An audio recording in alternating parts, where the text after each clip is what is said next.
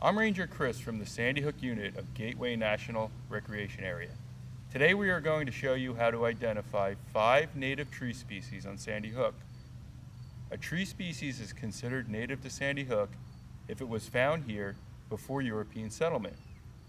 We're going to head out to the trails and see if we can find Lauren from our Natural Resource Stewardship Division. Hi, I'm Ranger Lauren, and today we're going to be talking about some of the most common tree species here at Sandy Hook. So first we'll start off with eastern red cedar, which I have right behind me here. There's a bit of poison ivy growing on it, so we're not going to touch that. But one of the main ways to identify an eastern red cedar is by the bark. So the bark on this tree is very shreddy. You can see it kind of moves under my fingers when I roll it. And another way is by the needles. So these needles are green and scaly.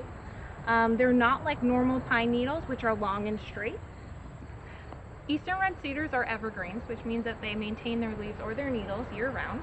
And another good identification feature for them is that they have these tiny little bluish-green cones.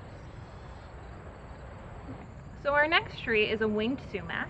So as you can see, these are compound leaves, which means we have a ton of little leaves attached to a main stem, but they all have their own little stems that attach to that. So on our winged sumac and on our compound leaf, here's our main stem, and that extends all the way up here. These are our little leaflets that come off of it, and these along the main stem are the wings that make it a winged sumac.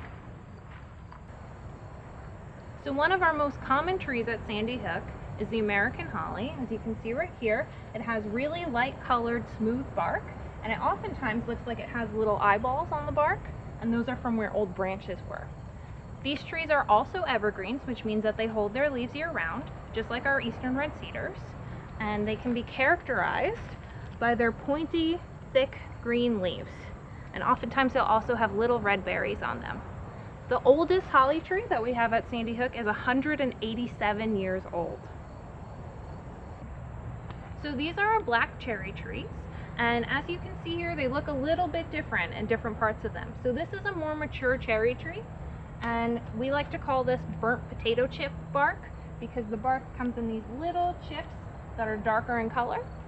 This tree has portions that are a little bit younger. Like you can see down here, it's much smoother and it has these horizontal lines all over it. Those are called lenticels.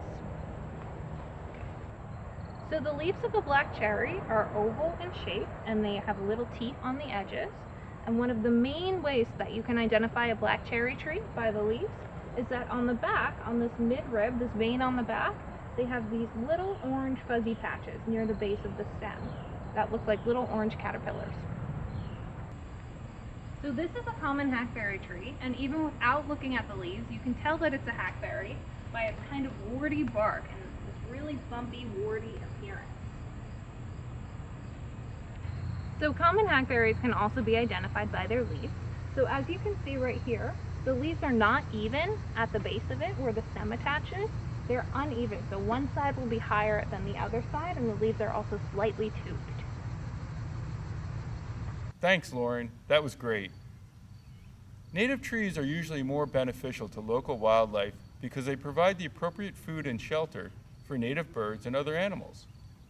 The forests on Sandy Hook are important to migrating birds that use the Atlantic Flyway. This is just one more reason we should protect them. The next time you are hiking on Sandy Hook, will you try to identify these trees?